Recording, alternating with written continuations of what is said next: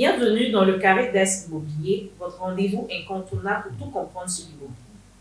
Que vous soyez investisseur débutant, professionnel chevronné ou simplement curieux, ce podcast est fait pour vous. Chaque épisode, nous recevons des experts du secteur immobilier, agents, investisseurs, promoteurs, architectes, notaires et bien d'autres encore. Ensemble, nous explorons les dernières tendances du marché, les stratégies d'investissement, les conseils pratiques pour réussir vos projets, les réglementations à connaître. Notre mission, vous fournir des clés concrètes et inspirantes pour naviguer avec succès dans l'univers passionnant de l'immobilier. Je suis Marie-Georges Conan. Durant ce podcast, je serai avec Isaac Wayoro afin de le piloter. Bonjour Isaac, comment tu vas? Bonjour Marie-Georges, je vais bien, merci. Et toi? Ça va très bien, merci. Alors, quel est le thème de ce premier épisode? Pour ce premier épisode, nous avons pour thème l'immobilier urbain, l'immobilier rural, ou investir. Et nous avons pour intervenant M. Herman Nyombe. Bonjour M. Herman. Bonjour M. Wayoro. Comment vous allez? Ça va, je vais bien, merci. Alors, qui est M. Herman Nyombe et aussi, quel est votre parcours dans l'immobilier? Alors, je suis Herman Nyombe. Je suis le fondateur, directeur général de l'entreprise Adsam Group, qui est une entreprise qui a 3 volets, qui intervient dans 3 différents secteurs. Nous sommes dans l'ingénierie, dans l'éducation et également dans le foncier. C'est par le foncier que nous avons commencé. Et dans ces 3 différents secteurs, nous avons les agréments qu'il faut. Au niveau de l'ingénierie, nous avons les agréments de Côte d'Ivoire Énergie, nous avons les agréments de la CUE. Au niveau de l'éducation nationale, nous avons les agréments du ministère de l'Enseignement supérieur, où nous avons une grande école avec 40 étudiants, dont 21 affectés de l'État. Pour le foncier, nous sommes agents immobiliers agréés et nous sommes également promoteurs constructeurs agréés. Donc, il faut dire que le foncier, c'est la base de notre entreprise. Donc, si je comprends bien, Adsam est un très grand groupe et qui a plusieurs pôles d'activité. Et c'est le foncier qui est une des principales. Effectivement. J'aurais appris également que M. Herman est l'initiateur de Foncier pour tous. Effectivement, Foncier pour tous, c'est un événement qu'on a initié avec mes associés pour permettre la sensibilisation des différents acteurs, que ce soit les professionnels ou que ce soit même les profanes, sur les dangers de l'immobilier. Cet événement nous permet de pouvoir sensibiliser. Et nous sommes à la 4e édition pour cette année 2025. L'année dernière, pour l'édition de 2023, on avait des géomètres experts, on avait un ingénieur, un architecte, on avait aussi des professionnels de l'immobilier. Pour cette année 2025, nous promettons encore de plus belles couleurs. C'est très intéressant. Alors, qu'est-ce qui vous a emmené dans l'immobilier, spécialement dans le foncier? Faut dire que tout jeune, j'aspirais déjà à avoir un patrimoine immobilier et c'est ainsi que je me suis lancé dans ce secteur d'activité. J'ai commencé en tant que démarcheur et après j'ai voulu quand même me lancer dans le foncier et j'ai décidé d'aller avec une connaissance qui était dans le lotissement. En ce moment, je ne maîtrisais pas trop bien ce que c'était le lotissement. Et c'est là que ma mésaventure a commencé. Je me suis fait arnaquer par ce dernier-là. Et je me suis dit, mais pourquoi est-ce que ne pas moi-même apprendre et puis comprendre comment est-ce que ça fonctionne, de sorte à pouvoir non seulement me faire un patrimoine, et puis accompagner aussi toutes les personnes qui veulent se faire un patrimoine dans ce pays. Donc, c'est ainsi que je me suis lancé dans le foncier. D'accord. Alors, on parle d'immobilier urbain, immobilier rural. La question que j'ai envie de poser, c'est de savoir quels sont les principaux atouts et les défis de l'investissement en immobilier urbain par rapport à l'immobilier rural. Ok, déjà avant de répondre à la question, il faut dire qu'il est vraiment très important de pouvoir se faire accompagner. Il est très important d'apprendre comment investir dans ce secteur. Parce que nous, on a fait ces erreurs-là de ne pas apprendre, on s'est lancé sans apprendre. Et ça nous a causé beaucoup de tort. On a eu beaucoup de difficultés. Par la grâce de Dieu, on continue de faire chemin et on a pu quand même avancer. Donc, il est important de savoir que l'immobilier est un domaine qui demande énormément de connaissances. Et si on n'a pas le temps de comprendre ou de se faire former, il faut se faire accompagner tout simplement par des professionnels. Voilà. Donc, l'immobilier urbain, l'immobilier foncier, c'est 2 secteurs qui sont vraiment différents. Le foncier a ses codes, le rural aussi, le foncier urbain a ses codes, le foncier rural a également ses codes. Je pense que tout au long de notre émission, on aura le temps de revenir sur les différents codes de chaque zone. Moi, j'ai une petite question. Je suis novice dans le secteur. J'aimerais savoir, c'est quoi concrètement le foncier tout court? Alors, le foncier, c'est tout ce qui touche à la terre. Tout ce qui touche à la terre. En gros, c'est le foncier. Quand on parle du foncier, c'est tout ce qui touche à la terre. Par contre, l'immobilier, c'est non seulement le foncier, mais aussi le fait de bâtir ou le fait d'entreprendre toute action qui est liée au logement, à l'habitation. Donc, l'immobilier englobe non seulement le foncier et aussi la construction et même la gestion immobilière. Mais dans ce cas, j'aimerais revenir sur un petit point. Selon vous, quels sont les types de biens qui sont les plus rentables dans chaque catégorie de secteur, que ce soit l'immobilier urbain, l'immobilier rural? Je prends un exemple pour un citoyen lambda qui construit aujourd'hui un appartement, soit à Abidjan. Nous n'avons pas encore sélectionné le quartier, mais à Abidjan, et aussi quelqu'un d'autre qui veut construire dans une autre région de la Côte d'Ivoire. Quel conseil, qu'est-ce que vous voyez, quel conseil vous pouvez donner à cette personne-là? Bon, déjà, il faut dire que je ne peux pas donner de conseils en termes de type de bien par rapport aux différentes zones, parce que dans le domaine rural, le type de bien qu'on peut avoir est vraiment très limité. Est vraiment très limité. Je vais donner les différents types de biens qu'on peut avoir, ou je dirais plutôt les différents types d'investissements qu'on peut faire dans le domaine rural et les différents types d'investissements qu'on peut faire dans le domaine urbain. Et à partir de là, chacun verra comment se positionner. S'il veut se lancer sur l'urbain, comment est-ce qu'il peut se lancer? S'il veut se lancer sur le rural, comment est-ce qu'il peut le faire? Alors déjà, pour le domaine urbain, on a différents types d'investissements. Okay. On a l'achat-revente de parcelles de terre, c'est-à-dire acheter un bien immobilier et le revendre. Maintenant, il y a plusieurs personnes, il y a différents types d'investissements. Il y a des investissements à but lucratif, et puis il y a des investissements pour assurer soit je dirais ses vieux jours, avoir un chez soi où on veut dormir. Donc on a différents types d'investisseurs. Donc pour quelqu'un qui veut se lancer dans du business, faire des affaires, lui, il va plus se tourner vers des parcelles qu'il peut acheter et revendre. Maintenant, pour celui qui veut avoir un patrimoine, c'est-à-dire un patrimoine propre à lui, lui va se tourner vers l'achat de terrain.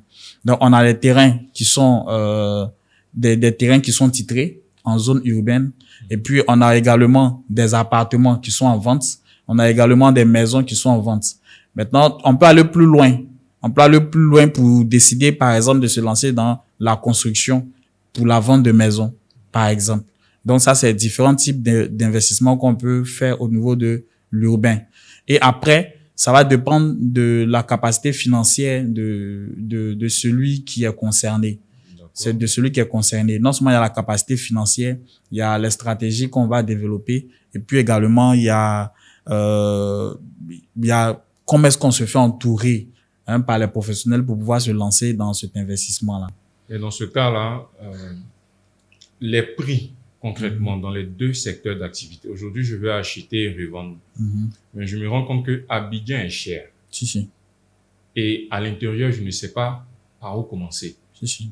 Selon vous, dans quelle région? Déjà, je voudrais dire que le foncier urbain et le foncier rural, il faut vraiment comprendre ce que c'est.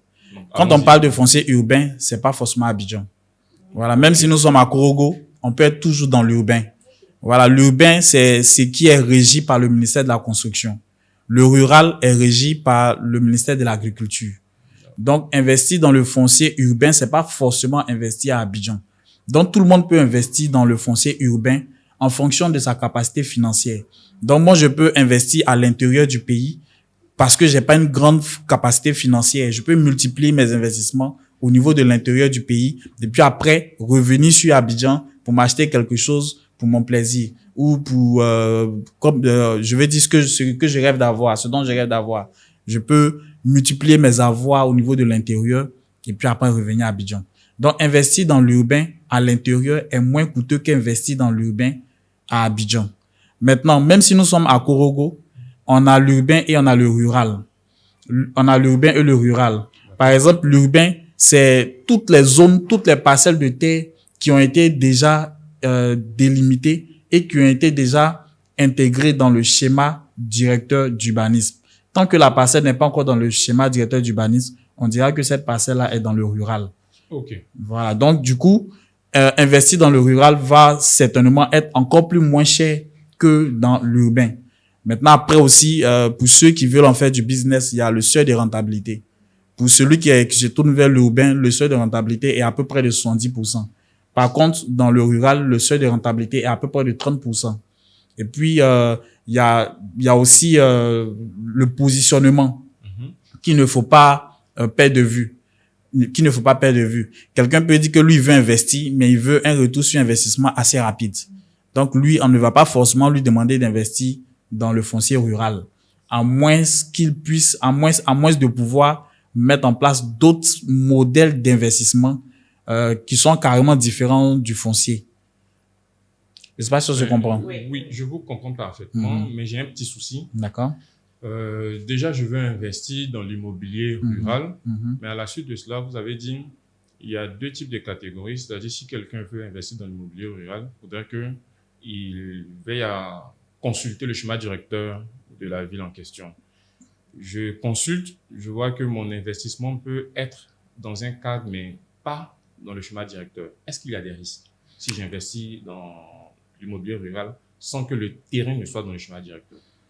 Ça va dépendre. Comme je le dis toujours, investir, c'est une procédure.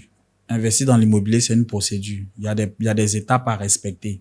Alors, si la parcelle que tu veux acheter n'est pas dans le domaine urbain, il y a la procédure qui est mise en place pour acheter ou pour l'acquérir dans le domaine rural également. Okay. Donc, il n'y a pas vraiment de risque. La seule chose qu'il faut faire, il faut s'assurer que peu importe la zone, la parcelle ne tombe pas, par exemple, dans une forêt classée.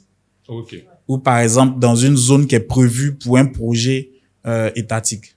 Parce que très souvent, les gens qui sont dans la zone, ils savent que dans cette zone, on doit faire tel truc.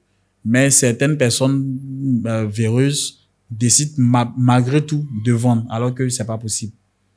Je vois. Là, ça me ramène au niveau des différentes documentations qu'on peut avoir dans les deux secteurs d'activité. Quelles sont pas selon vous, mais quelles sont les documentations que on peut avoir dans les différents secteurs? Au niveau du domaine urbain, on va parler de ce qui existe, de la réalité de notre société. On a différents types de biens. On a des terrains, je prends les terrains, on a des terrains qui sont dans des lotissements non approuvés. Alors pour ceux-là, ils ont des attestations villageoises qui sont issues de lotissements non approuvés. À eux, on leur a donné un délai pour se faire enregistrer gratuitement au niveau du ministère de la Construction.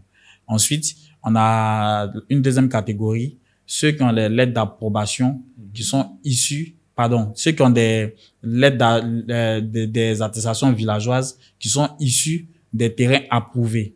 Alors ceux-là, il leur est demandé de lancer leur procédure d'ACD. Et puis après, on a une troisième catégorie. On a ceux qui ont déjà des parcelles qui ont des titres définitifs, comme l'ACD ou le CPF ou encore le CMPF. L'ACD, c'est l'arrêté de concession définitif. Le CPF, c'est le certificat de propriété foncière. Le CMPF, c'est le certificat de mutation de propriété foncière. Donc, voici les différents documents qu'on peut avoir dans le domaine urbain jusqu'à l'avènement de l'ADU. Et l'ADU, lui, il vient pour remplacer tout ce qui est attestation villageoise. Donc, désormais, lorsqu'un lotissement sera approuvé et que ce lotissement aura son certificat de conformité et que les gens pourront obtenir leurs différents titres, leurs différentes attestations, ça ne sera plus des attestations villageoises classiques qu'on connaissait avec différents formats. Ça sera l'attestation de droit d'usage coutumier. On aura un seul document unique qui sera reconnu dans toutes les administrations et qui sera imprimé par le ministère de la Construction. Et à partir de ce document-là, celui qui a son terrain pourra lancer sa demande d'ACD. Ça, c'est dans le domaine urbain. Ça, c'est dans le domaine urbain. Et le domaine rural. Maintenant, dans le domaine rural, nous avons également 3 types de documents. Le premier document que j'assimile souvent à l'extrait de naissance d'une parcelle, c'est le titre de propriété coutumier, qui est différent de l'attestation villageoise qu'on a dans le domaine urbain. Lui, c'est le titre de propriété coutumier. C'est le premier document qu'une parcelle peut avoir. Il est différent de celui que l'ADU vient remplacer. le titre de propriété coutumier, généralement, il est délivré sur une grande superficie. Par exemple, 50 hectares, 100 hectares, 200 hectares. Il peut être fait au nom d'un individu ou au nom d'une famille. Ça, c'est le titre de propriété coutumier qui est délivré par le chef du village. Ensuite, nous avons le certificat foncier. Le certificat foncier, lui, il est délivré par l'AFOR. Le certificat foncier, il permet de sécuriser une parcelle de terre. Il permet d'entamer l'immatriculation d'une parcelle de terre. À partir du certificat foncier, on peut mener différents types d'opérations dans le domaine rural. La location, la mise en location, la mise en hypothèque, le legs ou la cession ou même la vente. Et puis après, nous avons le titre foncier rural. Le titre foncier rural, lui, il vient pour immatriculer toutes les parcelles de terre qui sont dans le domaine rural. D'accord. Alors, quelles sont les étapes et les acteurs qui interviennent pour l'obtention d'un ACD? Pour l'acquisition d'un bien avec ACD, c'est le notaire, lorsqu'on a déjà l'ACD. Mais par contre, quand on n'a pas encore l'ACD, les acteurs, je dirais, on va avoir le commissaire de justice. On va avoir le commissaire de justice qui, lui, va se charger de faire ce qu'on appelle le compulsoire. Voilà, le compulsoire qui permet de s'assurer que celui qui veut faire son ACD a son nom bel et bien inscrit dans le guide. Si ce n'est pas fait, on va se charger de faire la transcription. Et puis ensuite, il y a le géomètre expert. Le géomètre expert qui va faire le dossier technique de la parcelle. Et puis nous avons, pour finir, le ministère de la Construction. Donc, une fois que tu as ton attestation villageoise qui est issue d'un terrain approuvé, tu fais ton compulsoire, tu fais ton dossier technique et puis tu déposes tes dossiers au niveau du ministère de la Construction. Il y a une partie où on dit l'enregistrement dans le guide. L'enregistrement dans le guide, c'est lorsque tu acquiers le terrain avec quelqu'un. Par exemple, tu achètes le terrain avec une personne. Dans l'ancienne procédure, tu achètes le terrain avec une personne. Vous allez d'abord au niveau du village. Le village va donner une attestation de cession. C'est ce qui va prouver que toi, Wayoro, tu m'as vendu le terrain. Et à la suite de cela, maintenant, il va falloir inscrire mon nom dans le guide. Il va falloir inscrire le nom dans le guide et ça a un coût. Généralement, on paye 250 000, 300 000, 150 000. Ça dépend des zones. Ça varie? Ça varie en fonction des villages. Oh, voilà, okay. Pour ne pas dire en fonction des zones. Voilà. Parce que dans certains villages, ils sont jusqu'à 300 000. Dans d'autres villages, ils sont encore à 150. Dans d'autres, ils sont encore à 40 000 francs, 50 000 francs, ça dépend. Ouais. Voilà. Donc, c'est le commissaire de justice, normalement, qui est habilité à faire l'inscription dans le guide du village. Mais dans certaines zones, ça se fait directement avec le comité de gestion foncière. Tout à l'heure, on a parlé de certificat foncier, de titre foncier. Est-ce qu'il y a une différence entre ces deux documents? Oui, déjà, il faut dire que au niveau du titre foncier, on a deux titres fonciers. Le premier, c'est le titre foncier rural et le second, c'est le titre foncier urbain. Le titre foncier urbain, lui, il intervient avant la sortie de l'ACD. Okay. Le titre foncier, c'est ce document-là qui vient pour confirmer l'immatriculation d'une parcelle de terre. Et c'est à partir de cette immatriculation-là que toutes les opérations pourront se faire. Quand on est dans le domaine urbain, l'immatriculation qui est régie par le titre foncier va aboutir à un ACD. Maintenant, quand on est dans le domaine rural, l'immatriculation aboutit au titre foncier rural. C'est le dernier document qu'on a dans le domaine rural. Maintenant, dans le domaine rural, il y a une différence entre le titre foncier rural et le certificat foncier. Okay. Le certificat foncier, comme je l'ai dit tantôt, c'est un document qui vient pour confirmer l'appartenance d'une parcelle à un individu ou à un groupe d'individus, de sorte à ce que des opérations puissent se faire sur la parcelle. Maintenant, quand on veut passer à une autre étape, c'est-à-dire l'étape de l'immatriculation, on va maintenant vers le titre foncier rural. Et c'est à partir du certificat foncier qu'on fait le titre foncier rural. Donc, une fois que je suis dans le domaine rural, que j'ai mon titre foncier rural, je suis pleinement propriétaire de mon site. Oui, je dirais pleinement propriétaire, mais faudrait pas qu'on oublie que le propriétaire de toutes les parcelles de terre, c'est l'État de Côte d'Ivoire. Voilà. Et on est dans le foncier rural. Généralement, pour les zones périurbaines, pour les zones périurbaines, elles sont très vite affectées par l'urbain. On peut avoir un village qui est dans le rural, mais qui est très proche d'une zone urbaine. Et très rapidement, cette zone-là peut entrer dans le domaine urbain. Alors, il y aura un impact. Il y aura un impact lorsque le schéma directeur sera élargi, sera agrandi ou sera mis à jour. Donc, il y aura certainement un impact. Et à partir de cet impact-là, tu pourras dire que tu es pleinement propriétaire. Si le nouveau schéma directeur n'impacte en rien, toi, ta parcelle, qui fait peut-être 100 hectares, tu vas te retrouver avec 100 hectares en zone urbaine. D'accord. Au tout début, vous avez dit qu'en fonction des zones, c'est-à-dire l'immobilier urbain, l'immobilier rural, il y a des types d'investissements. Si. Quand on parle de immobilier urbain, c'est quoi l'investissement idéal et c'est quoi l'investissement idéal quand on parle d'immobilier rural? Bon, je ne vais pas m'avancer pour dire lequel des investissements est idéal, mais je vais plutôt présenter chacun, voilà. Et puis après, on pourra se faire une idée de ce dans quoi on veut se mettre. Peut-être que le temps ne nous permettra pas de développer chaque type d'investissement. Au niveau de l'urbain, comme je l'ai dit, on a différents types d'investissements. On a l'achat, revente de parcelles de terre, c'est-à-dire j'achète un terrain de 400 mètres carrés, de 500 mètres carrés, je le revends plus tard. Ça, c'est lorsqu'on est sur du moyen terme. Le moyen terme, c'est entre 2 et 5 ans. Le court terme, c'est entre 0 et 2 ans. Et puis le long terme, c'est 5-10 ans. Là, je me positionne sur du moyen terme. Après, il y a un autre type d'investissement. Je peux investir dans des projets d'aménagement en zone urbaine qui vont me permettre d'avoir des lots en retour que je vais commercialiser plus tard. Ça, c'est un autre type d'investissement. Après aussi, lorsque j'ai déjà atteint ce niveau, que j'ai des parcelles de terre, je peux faire le titre de propriété, faire mes autorisations de construction, construire et puis revendre. Je peux aussi construire et puis mettre en location. Ou alors, je peux directement acheter des appartements que je peux, à partir desquels je peux faire de la location saisonnière, qu'on appelle couramment, qu'on appelle couramment les Airbnb. Oui. Voilà. Donc, je peux aussi me pencher sur la location saisonnière. J'achète un appartement pour faire de la location saisonnière. Ça va dépendre de mon budget. Ça va dépendre de mes objectifs. Là, le taux de rentabilité est entre 70%, entre 60 et 70%.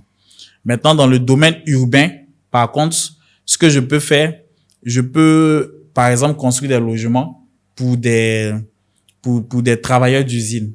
Je peux acheter une parcelle pour construire des logements pour des travailleurs d'usine. Ça se fait. Certaines personnes diront, mais est-ce qu'on peut construire des habitations en domaine rural parce que on peut pas faire le permis de construire tout ça et tout. Il y a une autorisation spéciale qui est délivrée par le ministère de l'Agriculture pour pouvoir construire des logements à des buts bien précis. Voilà. Et puis après, je peux aussi me lancer sur de l'agro-pastoral. Je peux acheter une parcelle de terre en zone rurale et puis faire soit de l'agriculture, soit faire de l'élevage, différents types d'élevage. Là, on est beaucoup plus sur de la valorisation foncière ou sur de la rentabilité à long terme. Quand je parle de valorisation foncière, je veux dire quoi? Je veux dire que j'achète une parcelle de terre qui n'a pas une grande valeur. Je retire rapidement mon capital à partir d'activités que je peux générer assez rapidement. Et puis, je me projette sur du long terme pour valoriser mon portefeuille foncier. D'accord. Là, selon vos dires, c'est comme si quelqu'un qui maîtrise déjà le secteur, qui exploite ce volet-là. Effectivement. Moi, j'aime être novice. Pas que, mais je viens voir Marie-Georges qui a des terrains et je veux acheter, je suis en train d'analyser. Elle a un terrain dans le domaine rural, elle a un terrain dans le domaine urbain. Quels sont les différents ministères lorsqu'elle me donne les documents pour la vérification? Je vais où? Déjà pour voir que c'est sécurisé, c'est authentique avant d'acheter. J'ai l'argent, mais je veux être sûr de mon investissement. OK. Alors, si tu veux acheter un terrain dans la zone urbaine, faut savoir que nous sommes en Afrique et on a quand même des villages. Okay. On a encore les chefferies qui existent, même en plein Abidjan. Voilà, Anono a sa chefferie, comment on appelle, Mbadon a sa chefferie, Donc, on a encore des chefferies. La première étape de la vérification, c'est au niveau du village. Il faut s'assurer qu'au niveau du village, il n'y a aucun litige sur la parcelle. Et puis après, ça va dépendre du type de document que tu as en face de toi. Voilà, si tu as par exemple une attestation villageoise, tu vas vérifier au niveau du village pour t'assurer que l'attestation villageoise est authentique. Ça, c'est la première chose à faire. Et puis te rassurer qu'il n'y a pas de litige sur le terrain, qu'il n'y a pas dans le même village deux personnes qui se revendiquent la parcelle. Une fois que ça c'est bon, la deuxième étape de la vérification va se faire au niveau de la construction. Vous allez vous assurer que le terrain que vous avez vu au village où il n'y a pas de litige est bel et bien reconnu au niveau du ministère de la Construction. Là, on est dans quel? Dans le domaine urbain. Là, on est dans l'urbain, au niveau du ministère de la Construction. Parce que très souvent, on est face à certaines parcelles qui sont dites issues d'un lotissement approuvé, en te donnant le numéro de lot ILO. Mais quand tu vas vérifier plus loin, tu te rends compte que la parcelle n'existe pas sur l'approbation. Pourquoi? Parce qu'il y a des aménageurs véreux qui viennent après l'approbation faire du remorcellement. On a par exemple un espace qui est prévu pour une aire de jeu. Et puis, lui, il vient, après, il remorcelle en complicité avec le village ou en complicité avec les membres de la famille. Ça arrive souvent? Très souvent. Ça arrive. Voilà, il y en a plein. Il y en a plein d'exemples. Il y en a plein d'exemples. Et après, ils viennent remorceler pour revendre. Donc, ils vont te donner le numéro d'approbation. Tu vas vérifier le numéro d'approbation, c'est exact. Mais il faut t'assurer que le numéro de lot ILO qu'on te donne la figure bel et bien dans la liste des lots qui sont sur l'approbation. Donc, tu vas faire ta vérification au niveau du ministère. Ça, c'est, comme vous avez dit, on est dans le domaine urbain et dans le domaine rural. On n'a pas fini. Ça, c'est lorsque on a l'attestation villageoise. D'accord. Lorsqu'on a l'attestation villageoise. Maintenant, lorsqu'on a directement l'ACD sur la parcelle, on va faire la vérification au niveau du village. Et puis, on va faire la vérification aussi au niveau du ministère de la Construction. On ne va pas s'arrêter là. On va aller aussi au niveau des impôts pour faire une vérification sur l'ACD pour être sûr que au niveau de l'ACD, il n'y a pas une réquisition foncière qui est faite. C'est-à-dire? La réquisition foncière, c'est quoi? La réquisition foncière, c'est un document qui permet de mettre la main sur une parcelle. Voilà, c'est un document qui permet de mettre la main sur une parcelle de sorte à ce que il n'y ait aucune opération autour pendant un certain temps. La main, voilà. C'est un peu comme une hypothèque, si vous voulez. D'accord. Voilà, c'est un peu comme une hypothèque, si vous voulez. Donc, il faut s'assurer que le bien n'est pas hypothéqué. Et puis après, il faut s'assurer que celui qui nous vend le bien est le seul détenteur de la parcelle. Parce qu'on a des biens qui sont l'objet d'héritage familial. Et c'est pas un seul individu qui a pouvoir de décider. Donc, si tu te rends compte que c'est plusieurs frères et sœurs, il faut t'assurer que tous ces frères-là sont d'accord pour la vente. Donc, du coup, vous pouvez aller jusqu'à même à faire un procès verbal de famille pour vente. Ok. Donc, comme vous l'avez dit, là, on est dans le domaine... Dans le domaine urbain. Non, urbain. Urbain, Et oui. dans le domaine rural? Dans le domaine rural, si vous devez acheter une parcelle de terre dans le domaine rural, moi, je vous conseille de d'abord lancer la procédure de certificat foncier, si ce n'est pas encore fait. Si le propriétaire n'a pas encore le certificat foncier, il faut l'amener à faire le certificat foncier et puis ensuite procéder à l'achat. Dans ce cas, il a quoi comme premier document? Le premier document qu'il a, c'est le titre de propriété coutumier ou l'attestation de propriété coutumière. C'est ce document-là qui est délivré par le chef du village, qui n'a rien à voir avec l'attestation villageoise qu'on connaît au niveau du domaine urbain. Donc, une fois que vous avez vérifié que le titre de propriété coutumier au niveau du village est correct, est conforme, vous allez vous assurer que tous les membres de la famille sont d'accord pour la vente. Parce que généralement, quand on est dans le domaine rural, les ayants droit sont plus nombreux. Dans le domaine urbain, on a plus tendance à voir des terrains qui appartiennent à un seul individu. Alors que dans le domaine rural, c'est carrément une affaire de famille. Il faut être sûr que la famille est d'accord pour la vente ou la location. Et il faut bien évidemment faire le même document, le procès verbal pour la vente. Une fois que ça c'est fait, il faut faire l'enquête commodo incommodo. C'est quoi l'enquête incommodo? L'enquête commodo incommodo dure 30 jours.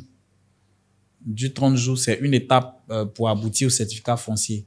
C'est une publicité qui est faite autour du terrain ou autour de la parcelle, de sorte à pouvoir permettre à d'éventuels contestataires de se prononcer.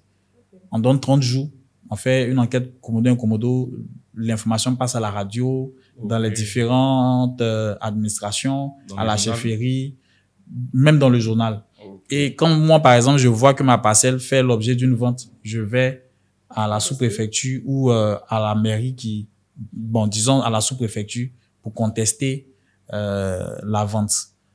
D'accord. Donc, voici un peu ce qu'on appelle l'enquête commodo incommodo. Et après cette étape? Après cette étape, on lance directement les dossiers de certificat foncier. Ça passe par plusieurs commissions. Une fois que c'est validé, on peut maintenant faire la mutation pour l'achat. En tout cas, c'est ce que je conseille. Maintenant, après, on a des personnes qui sont vraiment friandes des affaires, qui sont plus enclins au risque. Voilà. Bon, vous pouvez vous lancer dans l'achat comme ça, mais c'est pas très recommandé. C'est pas du tout recommandé. Vous qui êtes aménageur foncier, est-ce que vous avez déjà rencontré des cas vraiment ironiques où vous avez eu à investir et puis à la dernière minute, ça a capoté? Ironique. C'est presque tout le temps. Ça arrive presque tout le temps. Déjà, quand je commençais dans mes débuts, je me suis lancé sur Bingerville. Voilà, parce que c'était la zone que j'aimais le plus. C'était la zone que j'aimais le plus. Je me suis lancé à l'assaut de Bingerville. Là-bas, dans la même zone, j'ai fait 5 échecs sur 5 projets de lotissement. Voilà, que ce soit les démarcheurs, que ce soit les propriétaires terriens ou même les membres de comités villageois. Eux tous, ils m'ont arnaqué. Wow. Voilà, donc les différents membres de cette chaîne-là, chacun a pris un peu. Voilà, c'est après, et c'est à partir de là que j'ai compris réellement comment est-ce que le foncier fonctionne. Parce que quand je me suis lancé dans le domaine, j'ai pris le temps de prendre note, de noter tout ce que je devais faire que j'ai pas fait, ou tout ce que j'ai fait que je devais pas faire. Et ça m'a permis d'avoir quand même un bon process. Et puis, avec les formations que j'ai prises de gauche à droite, je me suis fait vraiment une idée. Donc, c'est récurrent. C'est récurrent dans le foncier. Souvent, tu as affaire à un individu. Et quand tu avances, tu te rends compte que c'est pas le vrai propriétaire. Maintenant, c'est à toi de prendre tes responsabilités. C'est à toi de suivre la procédure de sorte à pouvoir circonscrire ces choses. Mais ça arrive tout le temps. D'accord. Quand on parle de Bingerville, je vais profiter pour vous demander quelles sont les villes et les régions prometteuses pour un investissement aujourd'hui. Bon, les villes et les régions prometteuses pour un investissement, déjà dans le domaine urbain, voilà, on a San Pedro qui est intéressant, on a Yamoussoukro, on a également, je vois de plus en plus Korogo. Pourquoi? Oui, je vois depuis le début de cette année, je sens qu'il y a quelque chose qui est en train de se faire au niveau du Nord. Et je pense qu'il y a quelque chose qui est en train de se faire. Les gens sont en train de travailler. Ils veulent vraiment emmener les gens à venir s'installer à Korogo. Voilà. Et pour quelqu'un qui veut se lancer dans la valorisation foncière, ces zones-là sont des zones à ne pas négliger. Voilà, c'est une ville touristique. C'est une ville touristique et c'est une zone qui, pour moi, sera prometteuse.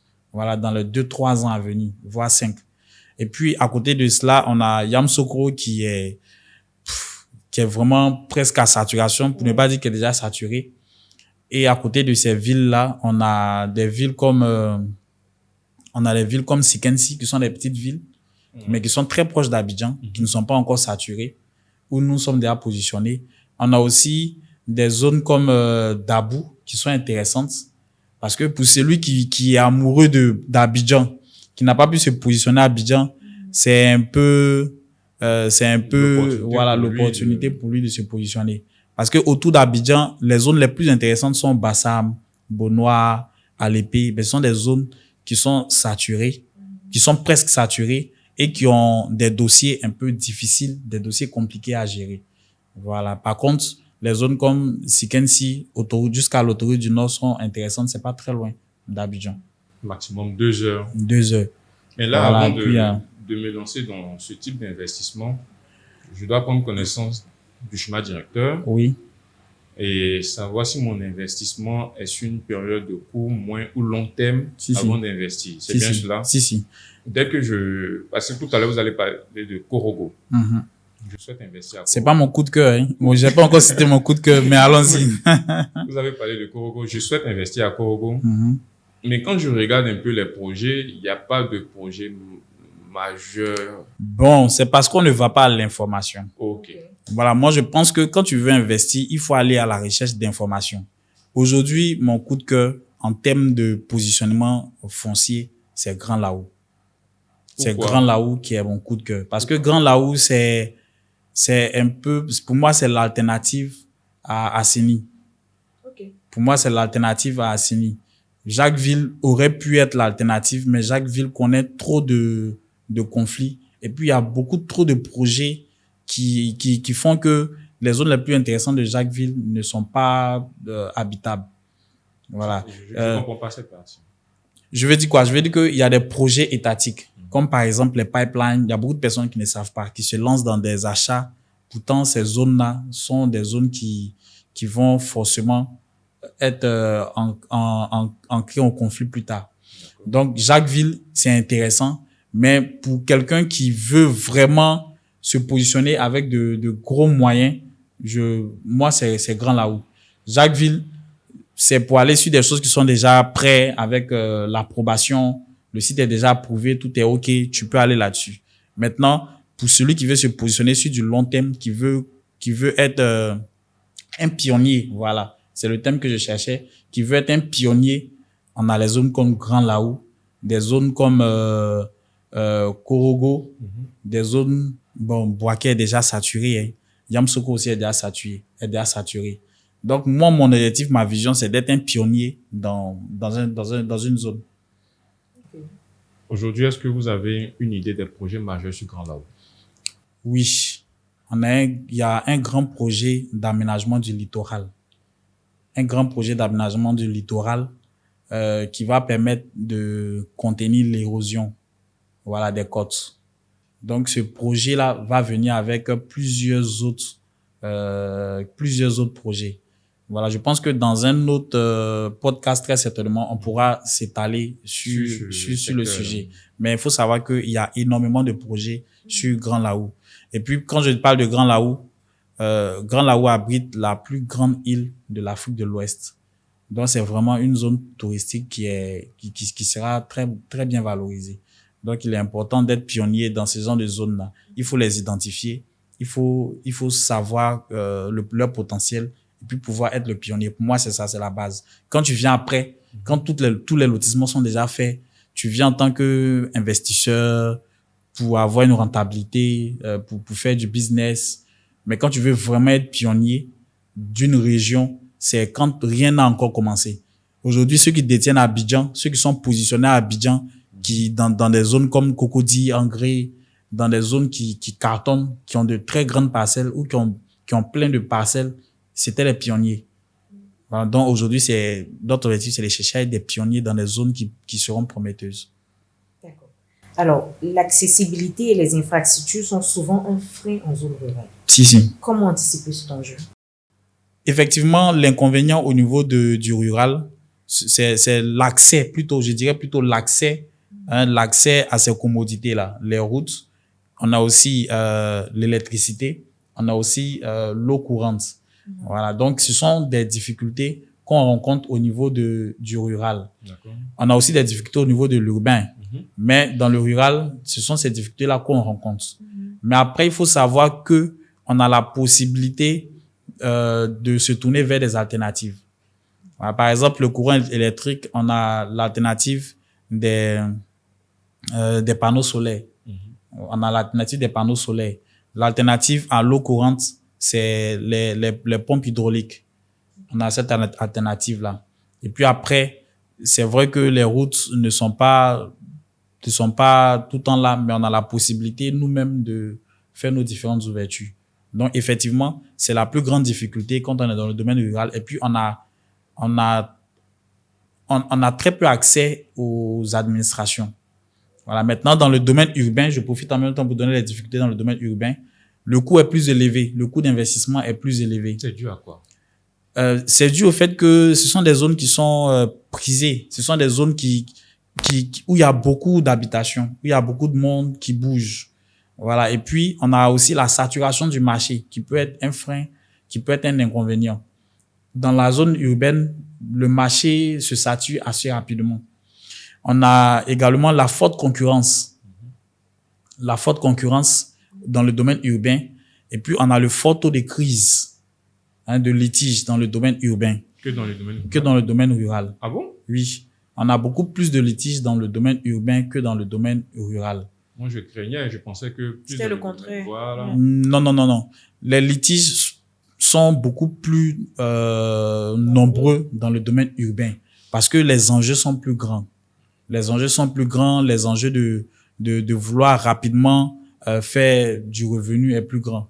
Donc, dans le domaine urbain, on a beaucoup plus de litiges que dans le domaine rural.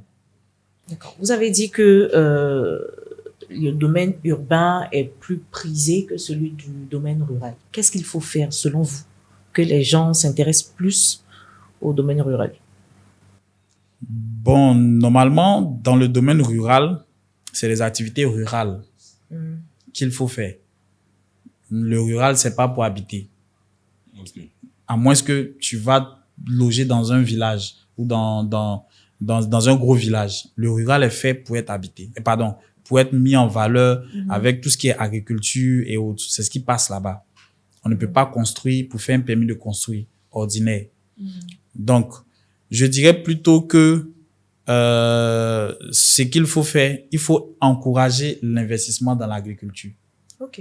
Il faut encourager l'investissement dans l'agriculture pour que les gens de plus en plus se tournent vers ce secteur-là. Et depuis quelques années, c'est ce qui est en train d'être fait. Alors, pour que les gens se tournent vers ce secteur. Donc, pour ma part, c'est plus ça.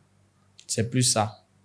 Maintenant, après, pour régler le problème de l'urbain, on a les zones périurbaines et puis on a les zones de l'intérieur.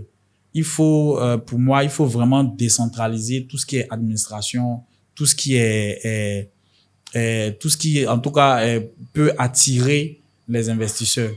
Pourquoi pas? On peut décider qu'un ministère soit entièrement positionné à Yamoussoukro. Ça va permettre aux entreprises qui collaborent, qui coopèrent avec ces ministères-là aussi de se positionner dans cette zone. Donc, prioriser les villes de l'intérieur, ça peut permettre un temps soit peu de relâcher un peu la pression immobilière qu'il y a sur Abidjan. Est-ce que le fait de parler aujourd'hui de Grand Abidjan, je n'ai pas résoudre? C'est une solution. C'est une solution, je crois, jusqu'à 2040. Le Grand Abidjan est en train d'être révisé pour 2040. Donc, c'est aussi une solution. C'est pourquoi j'ai parlé de zones périurbaines. Ce sont les zones qui sont autour d'Abidjan qu'on appelle le Grand Abidjan. Voilà. Mais encore dans ces zones-là, pour y investir en ce moment, c'est un peu compliqué parce que il y a ce qu'on appelle la ZAD. Les ZAD ne sont pas encore entièrement levées. Donc, quand ça va être fait, en ce moment-là, on pourra se lancer dans l'investissement. Quand vous donnez les thèmes techniques, je vais toujours... La ZAD, c'est la zone d'aménagement différé. La zone d'aménagement différé, comme son nom le dit, ça veut dire quoi? Ça veut dire que on reporte l'aménagement. On reporte l'urbanisation de cette zone-là. Le temps de tracer un plan, de tracer un schéma, le temps de donner une orientation à cette urbanisation-là. Ça permet de contrôler le type de ville qu'on crée, ou le type de commune, ou le type de quartier qu'on crée. Donc, si une zone est sujet à la ZAD, c'est pas intéressant d'investir, on doit attendre. C'est pas intéressant d'investir, on doit attendre. Okay. Maintenant, ça dépend de quel type d'investisseur tu es. Voilà, je le dis tout le temps. Voilà, parce qu'il faudrait pas que certaines personnes se sentent mis de côté. C'est ça. Voilà, pour quelqu'un qui veut quelque chose d'immédiat, c'est carrément hors zone d'aménagement différé. Maintenant, pour quelqu'un qui veut se projeter, se positionner sur du long terme, qui veut déjà prendre ses marques, il peut se lancer. Avec tout votre parcours, pour vous, à quoi devrait ressembler le marché de l'immobilier dans 5-10 ans, selon votre expérience? Dans 5-10 ans, je dirais que le marché de l'immobilier, je vais contextualiser. Je prends le contexte d'Abidjan. Dans 5-10 ans, le marché au niveau d'Abidjan, pour ma part, je pense que ça sera vraiment surchargé. Ça sera surchargé dans 5-10 ans, ça sera vraiment difficile. Nous sommes en train de parler de Grand Abidjan. On est en train de parler aussi de routes, pour permettre de favoriser la circulation, tout ça et tout. Mais je suis sûr que dans 5-10 ans, ça sera vraiment compliqué. Voilà. De s'installer à Abidjan dans 5-10 ans. Ça sera vraiment difficile de s'installer à Abidjan. Et le coût du logement ne va faire que croître. Maintenant, après, il faut trouver des solutions pour pouvoir un temps soit peu relâcher la pression. Et on va se tourner vers d'autres zones, comme des villes de l'intérieur. Voilà, je pense que dès maintenant, on doit commencer à se positionner là-bas. On ne doit pas dire qu'on veut forcément être à Abidjan. On peut faire fortune là-bas et puis revenir s'installer à Abidjan. Ça aussi, c'est une stratégie. Ça aussi, c'est une stratégie. Moi, c'est ce que moi, je pense. Et quand vous voyez les zones de l'intérieur, quelles zones vous pouvez conseiller? Oui, effectivement, on a des zones comme, je l'ai cité, on a des zones comme Yamoussoukro, on a des zones comme Grand Laou, on a des zones comme San Pedro, on a des zones comme Korogo, où le boom n'est pas encore à 100%. On a des zones comme Sikensi, qui ne sont pas très, très éloignées. On a des zones comme Tiasalé, également, qui ne sont pas très éloignées d'Abidjan. On a aussi Aboville qui est là, qui n'est pas à négliger. Ce sont des zones qui sont intéressantes. Aujourd'hui, tu peux quitter Aboville pour venir à Abidjan au travail et retourner à Aboville. Donc ça, c'est possible. C'est 2 heures. 2 heures de route. Voilà, quand tu roules normalement. Mais il y a certaines personnes qui font moins que ça. Donc, tu peux aller au travail et revenir. Souvent, même dans Abidjan, on fait 2 heures pour aller au travail. Tu sors matin à 6 heures ou bien à 4 heures du matin, tu arrives au travail à 7 heures. Bien, tu arrives à 6 heures. Donc, c'est un peu pareil, quoi. Et à l'épée, vous voyez à l'épée comment? Oui, à l'épée aussi, c'est intéressant. Mais pour moi, à l'épée est déjà dans Abidjan. Pour moi, à l'épée, c'est déjà Abidjan parce que les gens sont déjà positionnés. À l'épée, les gens sont vraiment positionnés. Les gens sont positionnés. On a les pionniers qui sont là. Ils attendent juste qu'on dise la ZAD est levée. Quand on va lever la ZAD, c'est là qu'on sentira quand l'épée est vraiment saturée. Moi, je sens qu'il y a déjà la même mise sur toutes les parcelles en termes de projets de lotissement, en termes de projets immobiliers. À l'épée, en tout cas, c'est intéressant. Mais déjà, les gens sont aux aguets. C'est un peu comme le cas de Motobé. Oui. C'est un peu comme le cas de Motobé. Quand tu viens, tu vois Motobé. Pour celui qui n'est pas dans le secteur, quand il voit Motobé, il dit mais c'est encore la bourse. C'est ça. Il sait pas que Motobé est déjà saturé, est déjà bouclé de projets. Voilà, pareil pour Vitré. Vitré également. Ok. Donc aujourd'hui même, c'est un peu compliqué d'avoir un terrain à bas prix au niveau de Bassam. Donc beaucoup de personnes se sont un peu projetées sur Vitré, Motobé, ce qui répond aussi à vos dits tout à l'heure. Si. Donc, et aussi au niveau de Vitré, de Motobé, pardon, l'accessibilité est certes compliquée, mais est-ce que pour quelqu'un qui souhaite investir, est-ce que vous pouvez lui dire de ne pas avoir un frein face à l'accessibilité, il peut se projeter? Non. Je ne peux jamais conseiller à quelqu'un d'avoir un frein. Ok. Seulement, il faut savoir avec qui tu investis. C'est ça. Voilà, il faut investir avec des personnes sérieuses. Voilà, des personnes sérieuses. Je ne dis pas que il y a certaines personnes qui ne vont pas faire d'erreur ou échouer. Mais il faut investir avec celui qui ne va pas fuir pour te laisser seul dans le problème. Parce que il faut qu'on se dise la vérité aujourd'hui, tout investissement est risqué. C'est ça. Celui qui ne veut, même celui qui va acheter un terrain avec ACD, il court des risques de ne pas entrer en possession avec son terrain. C'est avec l'ACD encore? Oui, avec l'ACD. L'ACD se casse, non? L'ACD, avant, oui. Avant, oui, mais avec les nouvelles réformes, ça sera plus difficile. C'est pourquoi de casser l'ACD. C'est pourquoi tout est en train d'être réformé. Donc, je ne peux pas dire à quelqu'un de ne pas investir, mais il faut savoir avec qui investir et comment investir. Parce que tu peux investir avec quelqu'un qui est solide, quelqu'un qui est sérieux, qui a une bonne vision, et puis ça ne va pas marcher. Ça ne va pas marcher. Mais après, il y a des solutions de repositionnement. Il y a des solutions de repositionnement. Parce que quand on investit, c'est pour avoir un patrimoine. C'est ça le plus important. Mais tu ne vas pas investir avec quelqu'un où, à la moindre secousse, il disparaît. Après 1 semaine, 2 semaines, 1 mois, 2 mois, tu n'as plus de ses nouvelles, tu peux plus le retrouver. Moi, j'ai investi avec quelqu'un comme ça, mais je peux plus l'avoir, je sais plus où il est. Vous voyez? C'est ce genre de personnes qu'il faut éviter. Et il faut prendre le temps de connaître le parcours de celui avec qui on investit. Il faut apprendre à voir sa vision, qu'est-ce qu'il veut devenir, où il va, comment est-ce qu'il se positionne. Donc, c'est important. Donc, je ne peux pas dire à quelqu'un de ne pas investir à Motobé. Motobé, c'est intéressant. C'est une zone qui est vraiment très, très intéressante. C'est vraiment très beau. quand tu vas à Bassam, tu vois que les constructions sont vraiment innovantes. Hein? Donc, je peux pas interdire ou du moins ne pas conseiller quelqu'un de ne pas investir. Monsieur Herman, aujourd'hui, on parle beaucoup de l'ADU. Pas plus que l'année dernière, on a dit au plus grand tard le 31 décembre, toute personne ayant son attestation doit passer maintenant à l'ADU. Nous sommes en 2025. Si. L'ADU est pas encore rentré totalement en vigueur. Les procédures sont en train d'être faites. Mais est-ce que vous pensez que ça va être quelque chose qui va stabiliser le marché de l'immobilier ou devons encore attendre des années pour que cela soit vraiment... Déjà, il faut dire que avec l'avènement de l'ADU, il y a eu une chute au niveau de l'immobilier, au niveau des ventes immobilières. Il y a eu une grande chute. Si quelqu'un dit que le marché n'a pas connu de changement, je dirais que c'est pas vrai. Il y a eu une chute. Parce que lorsque l'ADU a été initié, il y a eu plusieurs personnes qui sont entrées dans une crainte pas possible. Tous les investissements ont commencé à être mis en doute.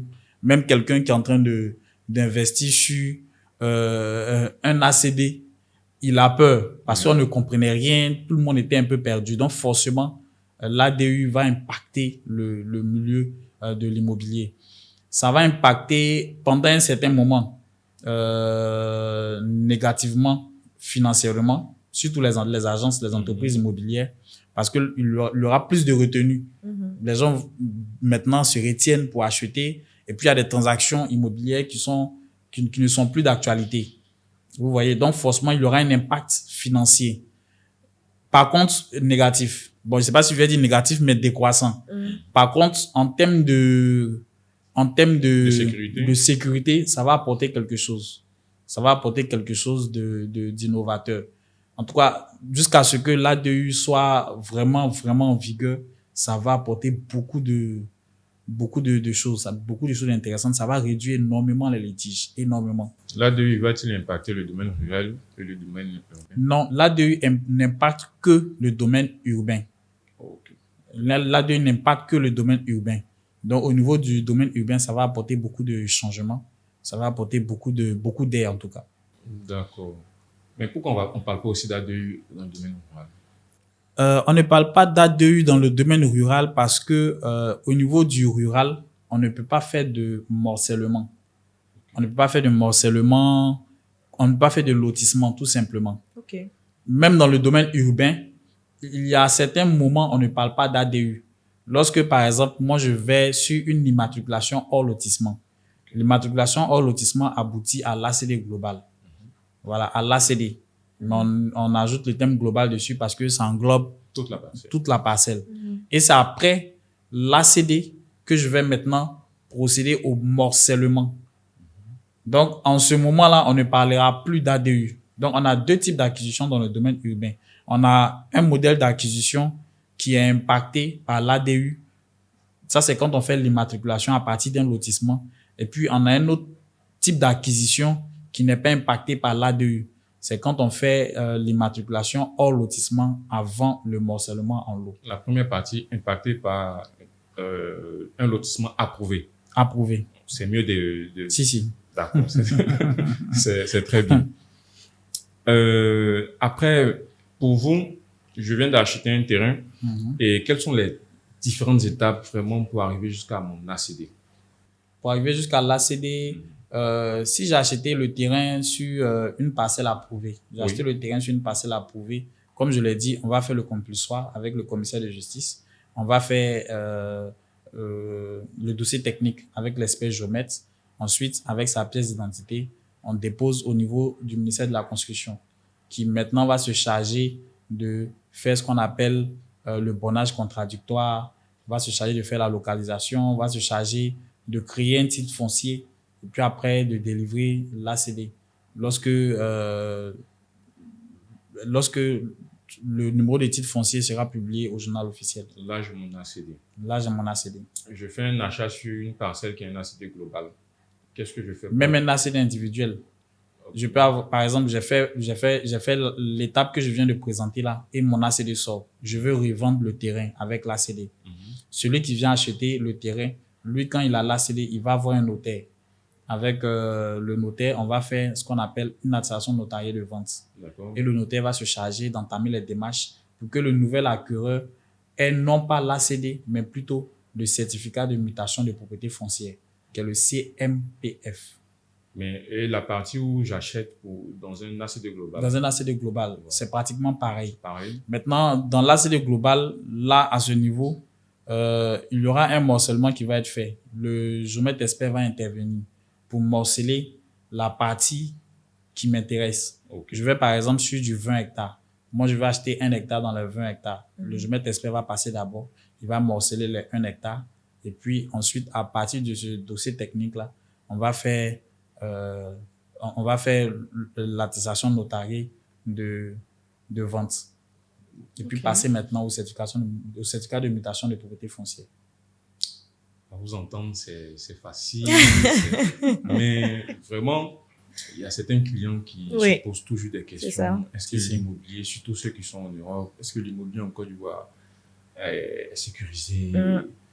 On tend vers la sécurisation. Avec l'ADU. Oui, avec l'ADU. Et puis, je pense que, contrairement à les années antérieures, on a de plus en plus d'entreprises qui sont sérieuses. Alors, on a de plus en plus d'entreprises qui sont sérieuses parce qu'on a démystifié le secteur.